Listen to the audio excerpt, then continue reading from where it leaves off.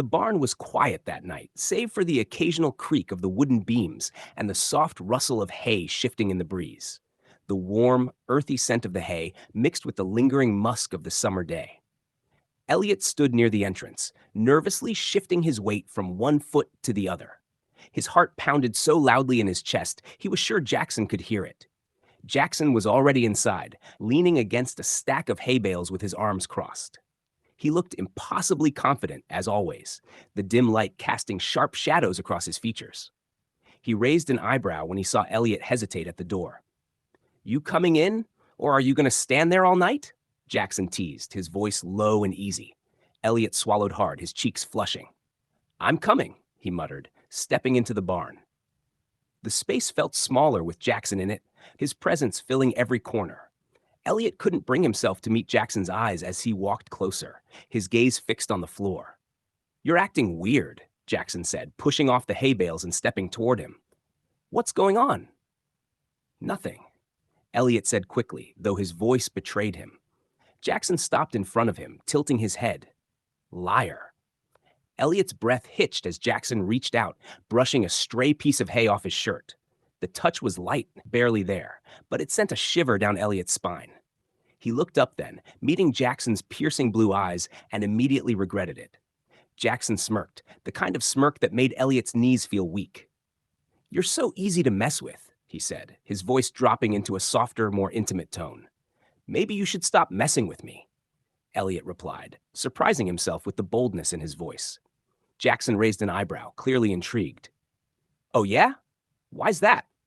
Elliot didn't have an answer, not one he could say out loud anyway. Instead, he stood there, frozen, as Jackson stepped closer, closing the already small distance between them. "I think you like it," Jackson said, his voice barely above a whisper. Elliot's heart was racing so fast, he thought it might explode.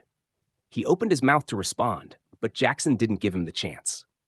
Before Elliot could say anything, Jackson's lips were on his. The kiss was nothing like the one by the lake. It was deeper, hungrier, and it left Elliot breathless.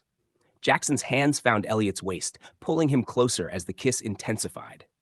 Elliot's fingers clutched at Jackson's shirt, his mind spinning. It was too much and not enough all at once. When they finally broke apart, both of them were breathing hard. Jackson rested his forehead against Elliot's, his hands still firmly on his hips. "You okay?" Jackson asked, his voice rough. Elliot nodded, though he felt like he might collapse at any moment. "Yeah," he whispered. Jackson's lips quirked into a small smile. "Good." He pulled back slightly, his hands trailing down to Elliot's, lacing their fingers together. "Come on," Jackson said, tugging him toward the hay bales. Elliot followed without protest, his legs feeling like jelly beneath him. Jackson sat down first, pulling Elliot with him until they were both sitting on the soft hay. For a moment, they just sat there, the silence stretching between them. Jackson's hand was still in Elliot's, his thumb brushing gently over his knuckles. "You're beautiful. You know that?" Jackson said suddenly, his voice soft but certain. Elliot's face burned, and he looked away, unable to handle the intensity of Jackson's gaze.